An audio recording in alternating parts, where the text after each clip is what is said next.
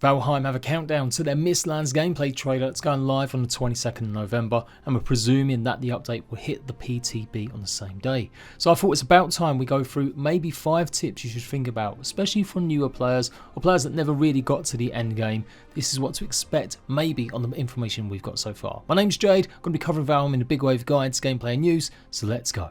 So big warning first if you don't somehow know, but unexplored areas will have the brand new content. If you've gone and explored somewhere and it says it's the Mistlands, that will stay exactly the same. It might not have any of the new land features. When the tar pits were added in, players couldn't find them in the plains that they'd made bases close to because they hadn't obviously explored a brand new one. So don't make that same mistake. Don't go exploring to the Mistlands until the actual update is here. If you have, there's still plenty on the map.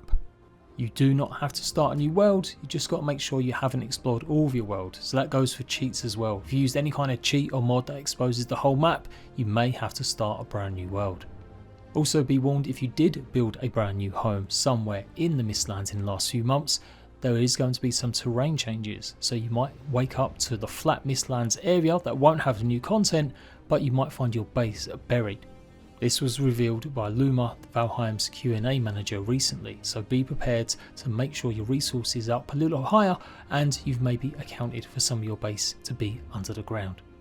So where should you build your base? Well, the Mistlands does appear often or not closer to the plains areas, and all the footage we've seen, all the screenshots do show an overlap between the plains normally and the Mistlands.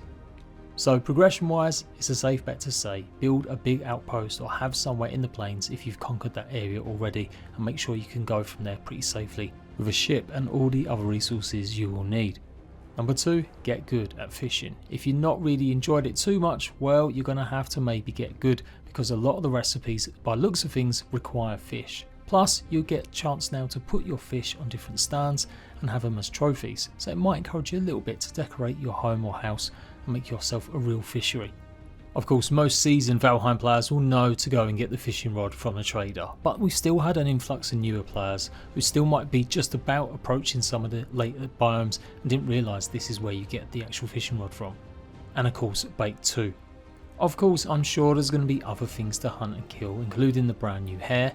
But yeah, I would put some time into fishing now so you can get used to it, although it might have a bit of a revamp hopefully for the Mistlands update. You might want to make sure in fact your whole kitchen is fully upgraded and have all the necessary add-ons, as there is going to be another component added to cook even more meals or get better buffs and recipes.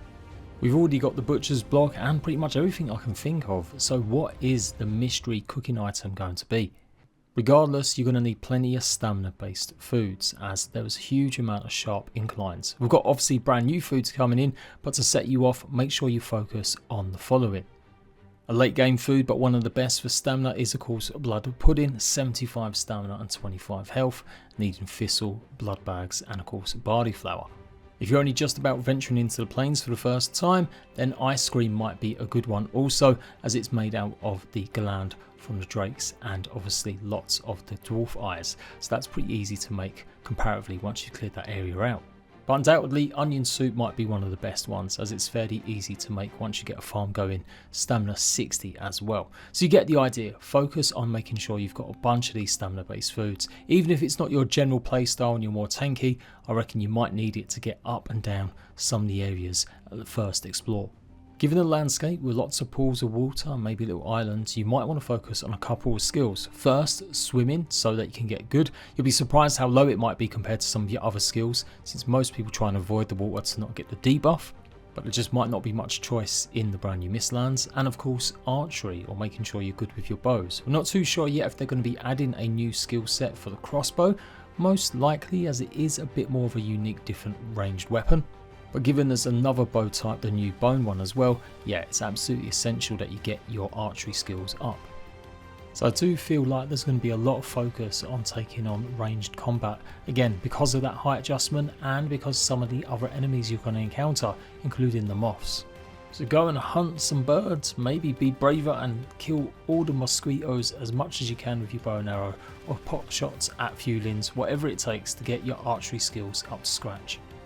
I mentioned birds there, you might need to hunt them more than you think, as you're going to need a whole bunch more feathers now to go ahead and craft the brand new feather cape. This looks to be a must-have item, as from the most recent tease it looks like it slows you down when you fall, maybe preventing fall damage. Also stock up on black metal, as the crossbow seems to be made out of it. Again, because this is kind of late game area, pros will know a lot of this already, that each biome have got the resources to really conquer it. You just got to spend a bit more time in each one to get necessary stuff. So for the plains, it's about getting enough of the flax and stuff so that you can go ahead and make your own linen, and then go ahead and make maybe the padded armor sets.